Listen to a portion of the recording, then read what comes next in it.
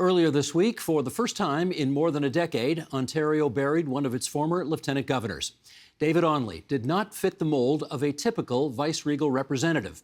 He'd never been elected, never been a big political donor or fundraiser, never been a close friend to prime ministers. And yet, former Prime Minister Stephen Harper gave him the job in 2007, and Onley truly made it his. In spite of, or maybe because of, the polio that afflicted him as a child. Onley connected with the public, and through his 7 years on the job, became a true champion for those with disabilities. Joining us now, 4 guests who knew him well.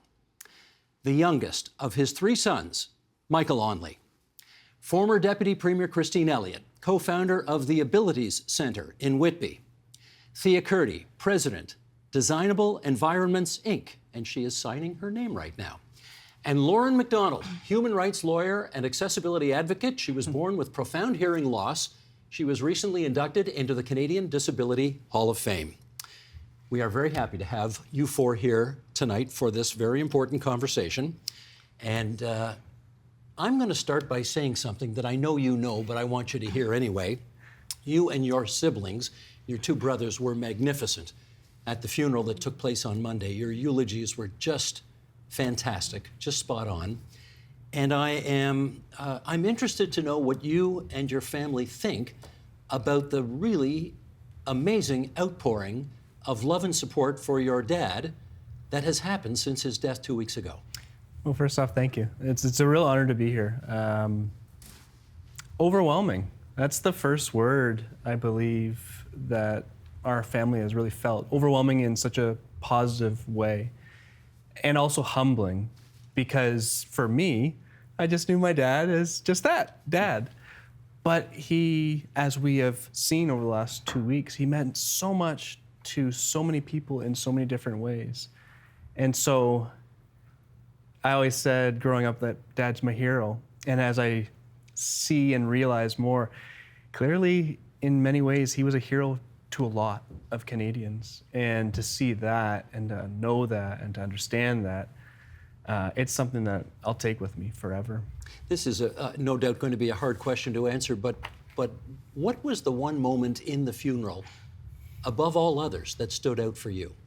I would say the bagpipes. The bagpipes playing, it signified in many ways the end, in some ways. But in other ways, it really strengthened me because I realized there's so much that has to be done up ahead. And in that split second, my spirit, my heart just felt pain. But then, my spirit, heart then felt strength that we as Canadians have so much to do up ahead to tackle this large and looming reality. And that is that there are so many Canadians right now who are struggling, who are hurting, and they need to know that they're not alone. And it is just something that I take great honor moving forward to champion. Whose tie is that? That is Dad's tie. And it was the only tie that I thought was suitable for today to wear, to honor him and to remember him as well. Great choice. Thank you. Well, we have 3 others here who knew him well, and we'd like to get some feedback from all of you on what you think. We're going to have this conversation about what we still need to do, because Michael called me a week ago and challenged us to have this conversation on TVO, so we're going to do that. But before, we need to get a better sense, and Christine, why don't you start us off here? David Onley's legacy to the province of Ontario, what is it? It's a great legacy. He's a wonderful, kind man, but he really was a true champion for people with disabilities, and he didn't hold back from saying so. And he listened to everyone. He always had time for everyone, and he learned from that, and he went and spoke publicly about it. I think that is a true leader, and that's what I will always remember him for. Lauren, how about you? His legacy in your view? Well, I think the most important thing that I realized is that I so value my relationship with David that became stronger during COVID. Because, of course, we weren't able to gather and meet like we normally would. And upon his passing, and then in talking with friends within the disability community at the church on Monday, I realized that the deep relationship I felt, the mentorship, the sponsorship, the encouragement that I received from David, I wasn't alone. That he made every single person feel just as special, just as empowered, just as feeling strong that they can do more as well. Where he found the time, I'll never know, but he was so generous with his time. It would be a text here, an email there, just to encourage us to join him in making an accessible country. Yeah. Thea. You know, I think I got to know David through Twitter. I was noticing one of the problems with the legislation was that we had just recently passed the employment accessibility standard, which talked about changing hiring practices, but we hadn't changed anything for the built environment. So I tagged him in a tweet saying, what did they have to do to Queen's Park for him to become lieutenant governor? And he replied. And at the time, he was the accessibility special advisor to the government and invited me in. So this was after he was LG. After he was LG, and we both lamented that. If only we had met sooner or started talking sooner. But you know, he said it was so exciting to talk to me, as exciting as it was for me to talk to him, because I had a lot of the missing pieces of the puzzle about what was going wrong in the built environment. And I think what I loved best about him was his ability to be likable, even though he could be incredibly pointed in criticism. I just thought he was so great at that. Well, one moment where he was really there for you, you and Michael's mother have something in common. You both lost your husbands at too young an age. Yes. And when you lost your husband, what did David Onley do? He and Ruth Ann were incredibly supportive. They were reaching out to me. They sent us possibly the biggest poinsettia I've ever seen. It was a bush, just to make sure that we didn't feel alone. And you know what? Throughout, in the last few years, I've sort of changed my position in the company and started coming out more publicly to sort of share what I know, what I was sharing with him, but share more publicly. And he was so supportive of whenever I would feel nervous about that, or anytime I would feel scared. So this was just a continuation of him being there. And actually, today I'm going to miss him a lot right after, because every time I would do an interview, he would call me afterwards and tell me, you did a great job, and console me about the things I would be upset that I hadn't said. And he always reminded me he never stopped feeling that way himself. Michael, you had a line in your eulogy in which you said, my dad and I didn't go for jogs. Nope. Didn't throw a baseball. Nope. Because he could barely lift his arms given the polio that had afflicted him. What could he do for you? You said this as well. Well, he was present. And because he was present, you couldn't help but feel his love. It's, we live in a day and age where we are all so distracted. There's so many things that can pull our attention away from what truly matters. And that's something we all say, something that matters. Well, what does matter? You realize it's the presence of someone.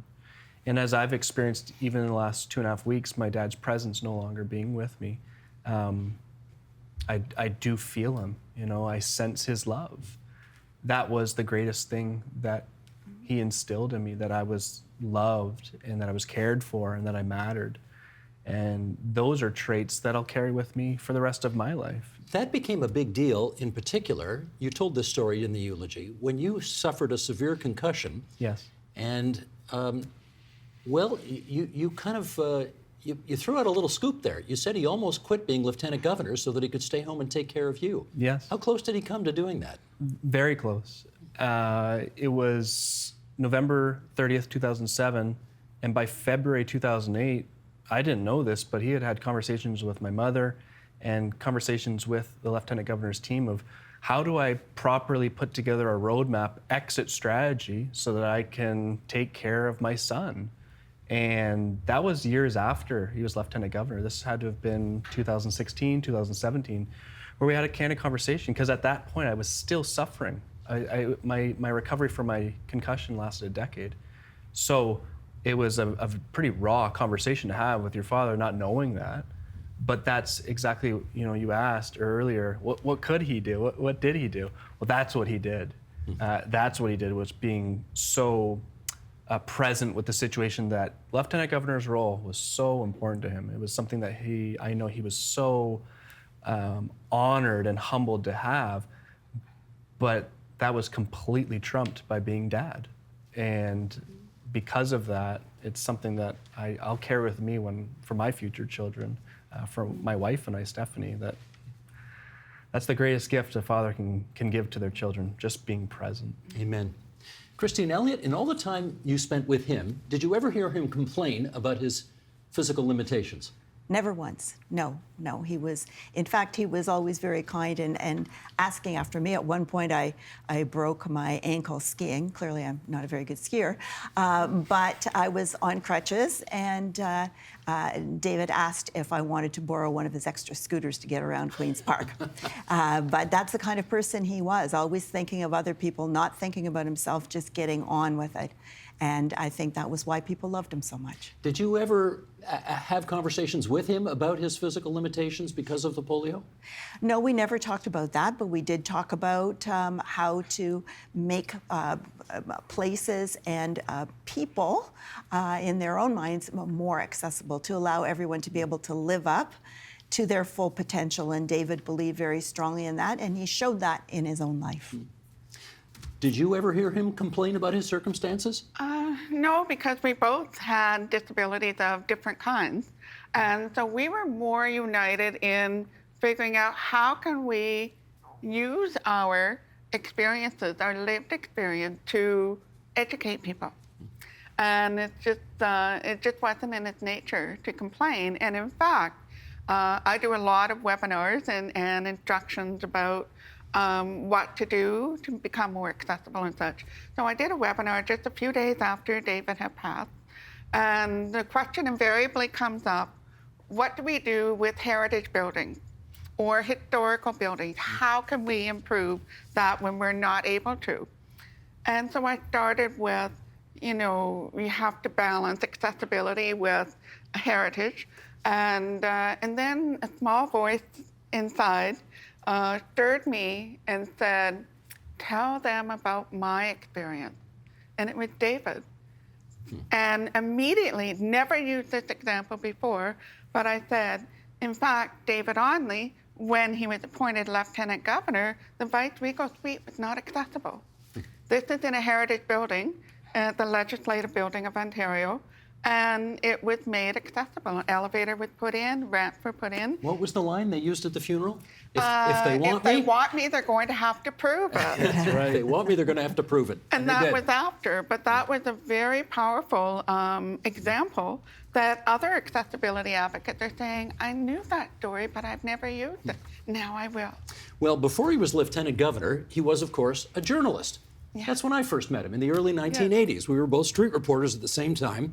And here he is on City TV, debriefing Gord Martineau about an upcoming election. This is almost 30 years ago. Sheldon, if you would. There's a catch-22 here, too, isn't there, David? Among disabled people, the employment rate is something like 50%, but they can't go out and look for jobs because they're afraid of losing their benefits. That's it, exactly. And so you have like almost a built-in underclass of people who don't want to go and look, but they do want to go and look. They're just afraid of losing the benefits. So obviously, all of the parties have to address this. Somebody's going to be the premier in a week, and the various groups are saying none of them have really gotten down to brass tacks with the issue. All right, thank you, David. Look at that, Michael. What do you think? I mean, that's the guy telling it like it is, eh? What do you think when you see that? It's remarkable to see how here we are, almost 30 years later. A lot has changed. But has it? Has it really changed? Not much has changed in many ways. He was very candid about Ontario being a quite accessible province. And he's right in many ways. But as Thea and I spoke before the show, there is a mountain ahead for Canadians. And that is that all Canadians in some capacity will experience disability. It's not a matter of if, but when. And it's rooted in three things: aging, injury, disease. And at some point, a Canadian will experience that. So in regards to my father, it's amazing how timing, you can see how time moves forward, but sometimes, unfortunately, a lot of things simply don't. They don't change. Well, 8 years ago on this program, we did something called the Two Davids. Your dad was one of them, and David Lepofsky, the great champion for disabled rights, was the other one. And your dad did not mince words on this program either. Sheldon, if you would. David Onley, you said the following. When I was lieutenant governor, I had to be apolitical. Well, now I don't have to be. So let me say, accessibility is a national shame. Why'd you say that? Because it's true, to begin with. People with disabilities are the largest single minority group in our society. And we, David and I, me because of my physical disability, David being blind, we, who are members of the disability community, are the last group in our society to achieve full civil rights, because today, people with disabilities do not have full civil rights. Thea, did you notice him becoming increasingly impatient with the slow rate of progress after his vice-regal term was over? Absolutely.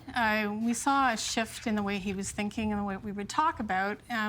He started with, well, if I could just make people aware of the facts. And he really bought into the idea initially of using moral suasion. And, if I just made people aware of how much smarter it is and how much more sustainable it is, that people will, of course, just come on board. But after he did the AODA legislative review, 2019, the report was released 4 years ago this week, and still nothing has happened.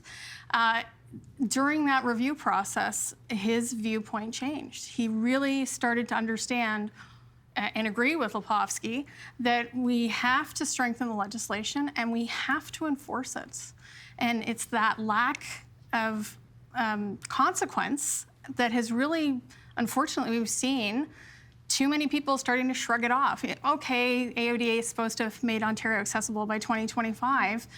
The government didn't take it seriously enough to enforce it or to improve it or to fill in the gaps, and people have started ignoring it. I want to ask Christine Elliott about that. You're the one person here who's been elected, been in a position of authority. Did he darken your door on occasions, trying to lobby you to get stuff done?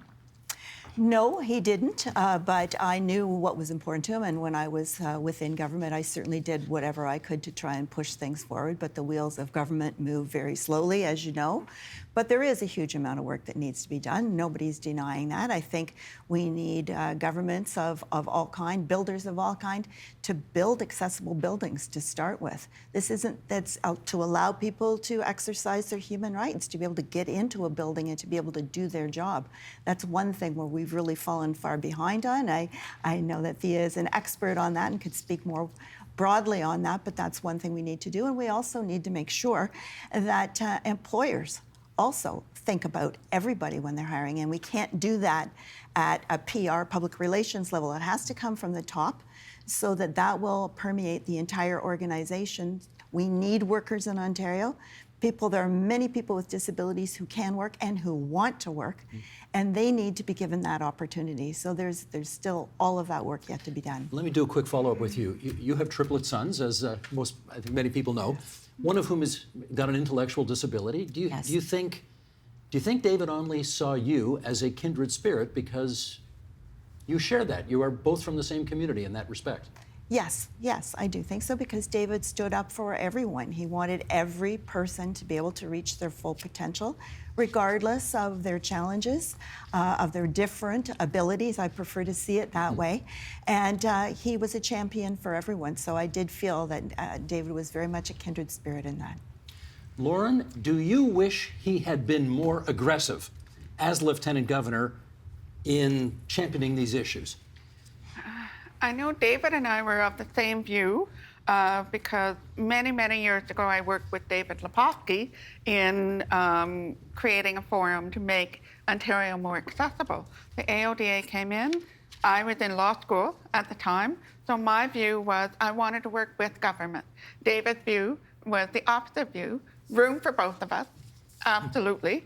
And I know that David Onley also was hoping to effect change from inside, and so we often talked about how we could do that. Now, as the Lieutenant Governor, of course, he had limitations. He was a superior statesman, no question. But he was becoming, after his term ended, I could see he was becoming more and more frustrated, and as was I, because it was a constant repeat motion of fighting for this barrier, and then we have to fight again. And another one would crop up. And my work on the Healthcare Standard Development Committee with the AODA, the final report was delivered a year ago to be made into regulation. We're still nowhere. I want to ask Michael about that. Did your father chafe at the limitations of the vice-regal job? Because frankly, he couldn't say what he wanted to say a lot of the time because the job really doesn't allow for it. Yes, that was a very real and difficult reality for him during his 7 years as Lieutenant Governor. But it also speaks volumes to just who my dad was at the core of who he was. Because at the core of who he was a man of great dignity, respect, and class to his fellow man and woman. He loved his neighbor as himself. And because he did, that creates patience. Even when there was great impatience within the progress that you had mentioned earlier, that wasn't really happening, which speaks volumes to all of us moving forward. Okay, so tell us now, which premier did he dislike the most? I will plead the fifth. The father had taught his statesman There we go. as There we well. go. Yes, indeed. Yes, indeed. Well, did you notice this, Christy? I mean, you were both down at Queen's Park, obviously, at the same time. Did you notice him kind of chafing at the restrictions of his job from time to time? He might want to say something about the slow rate of progress, but his position just wouldn't permit it? Well, we would have private conversations because we would see each other at events, and That's what I and want we you to would dish have, about right now. Well, Tell no, and we would talk about those issues, about what I was working on, what he was working on. But he, as Michael said, he had a lot of class and dignity. He did his job well. He knew what the limitations were, but that doesn't mean that he didn't have other thoughts, and was probably looking forward to when his term ended so that he could carry on with the work that was so important to him. Okay, we are supposed to be, let's sort of do a little pivot here and talk really about where we're at as a province right now, because the Ontario legislature unanimously passed the Disabilities Act once upon a time, saying that by the year 2025, this province is basically supposed to be barrier-free. Yeah. Okay, how close are we to the promised land right now? Not. We're nowhere close. It's a very sad story, actually. And one that David Onley talked about when he was testifying at the Senate of Canada about the Accessible Canada Act was the lessons he had learned painfully. He hadn't understood the magnitude of the systemic ableism we have in society, that there are gatekeepers and people who mistakenly have the impression, as Michael was saying, that this is happening to just a minority of minors, and they want us to spend all this money on this ridiculous thing. And so he really wanted to try to emphasize that change has to happen through legislation. That was a big change for him. He taught a political science class at U of T, and he spoke extensively about the problem and the barrier of ableism itself being one of the chief problems that we had. As long as people, think of how things would change in this studio, Steve.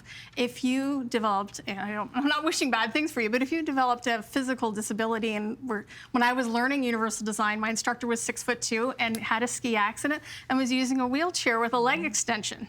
And that was great. Can I tell you something? Yeah. I normally don't talk about myself on this program, but the reality is, almost 20 years ago, I had back problems that put me in the hospital for a month. I couldn't walk. I didn't know if I'd ever walk again. So this is not an academic exercise, what you're talking about. I learned a lot at that time about how inaccessible a lot of society was.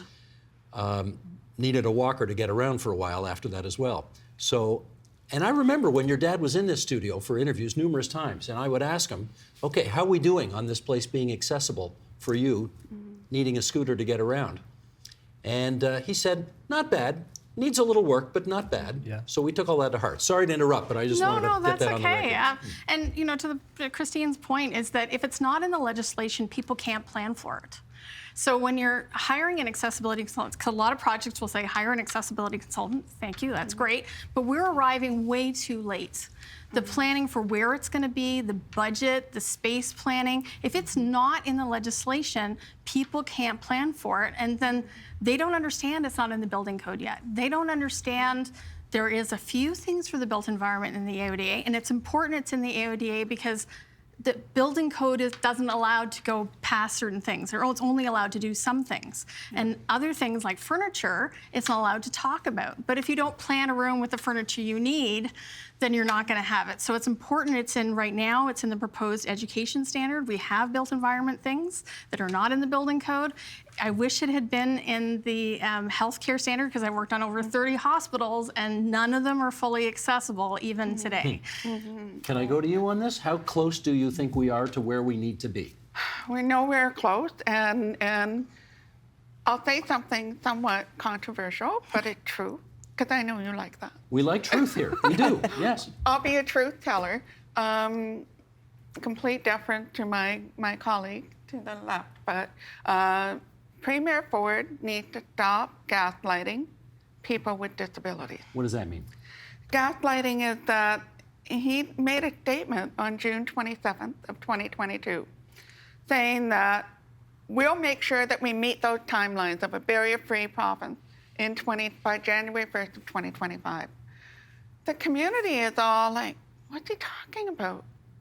This is not going to happen in any way, shape, or form. Because we're not close. Nowhere close at all. I believe that Michael, or Thea, I'm not sure, said that since the review that David had done in 2019, the majority, if not all, of the recommendations have not been accepted. We're now having a second review, but the Premier, by making a statement like that, saying, we're going to get there, folks, we're going to make that January 1st, 2025 deadline, and we're looking at each other.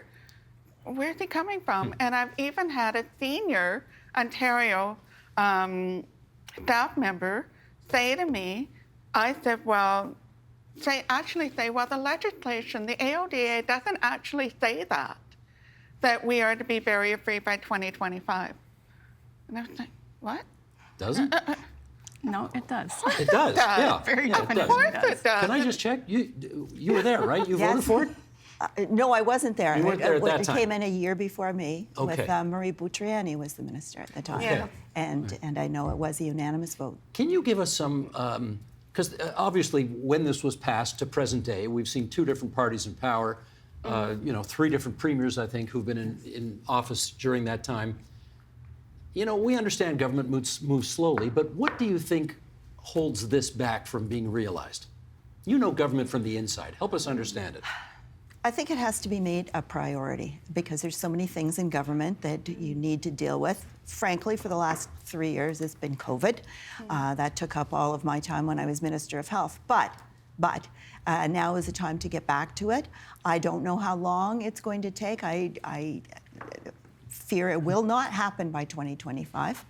But it is important. It is important to so many people in Ontario, but it has to become a government priority. So I think you really need to get a minister to take that on as his or her cause, and because it affects every government ministry, but it has to be someone that will take that on and make sure that things happen. Do you think now that COVID is more under control, it's not over, but it's more under control, do you think it's possible the Ford government, and I don't know how much in touch with them you still are, but do you think it's possible they may actually get it together on this?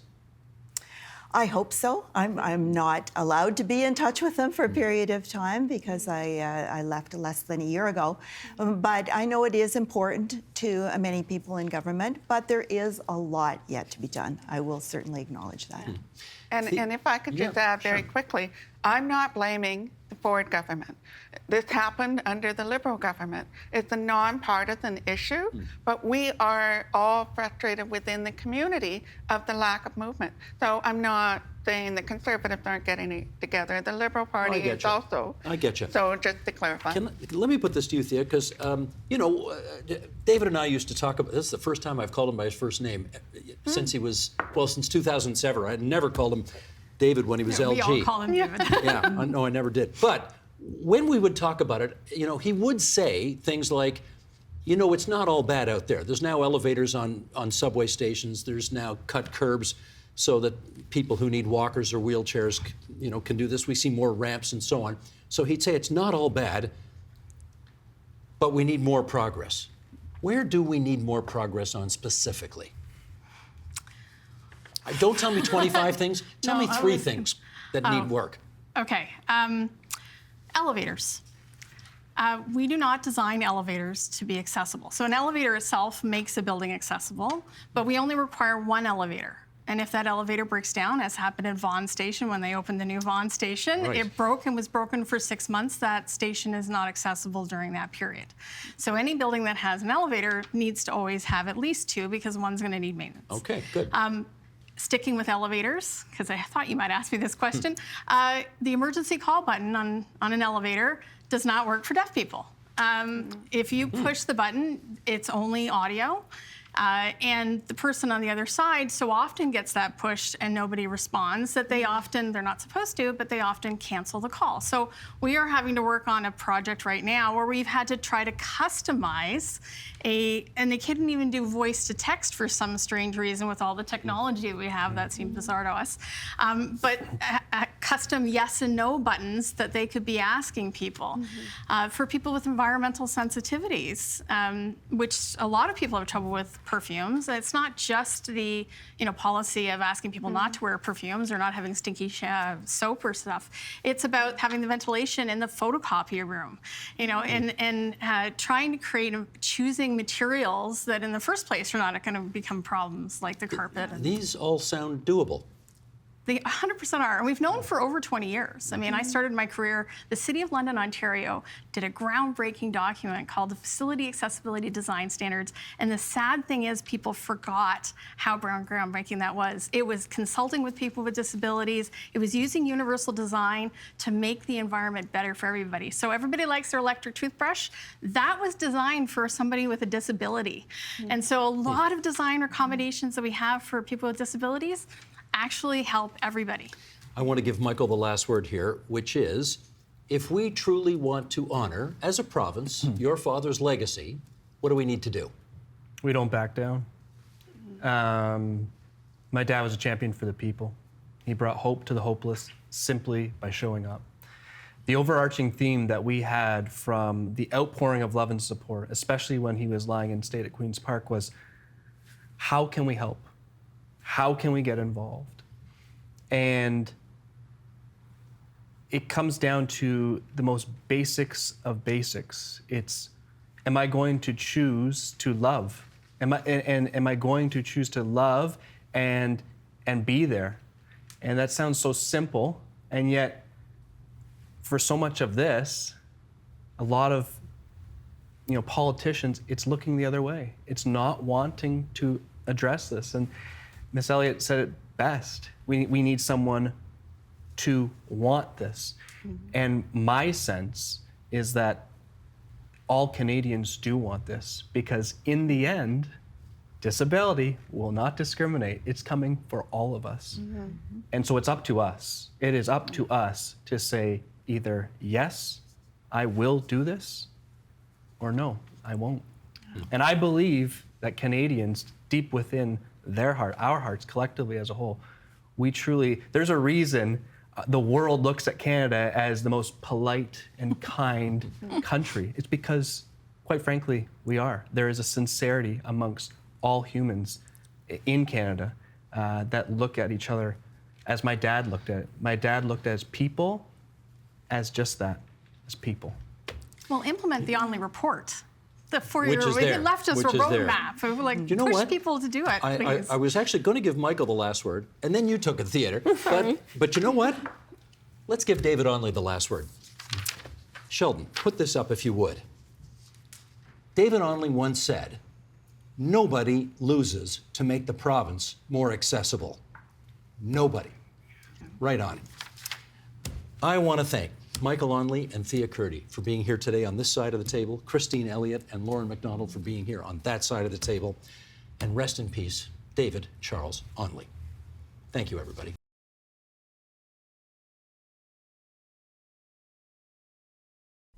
The Agenda with Steve Paikin is made possible through generous philanthropic contributions from viewers like you. Thank you for supporting TVO's journalism.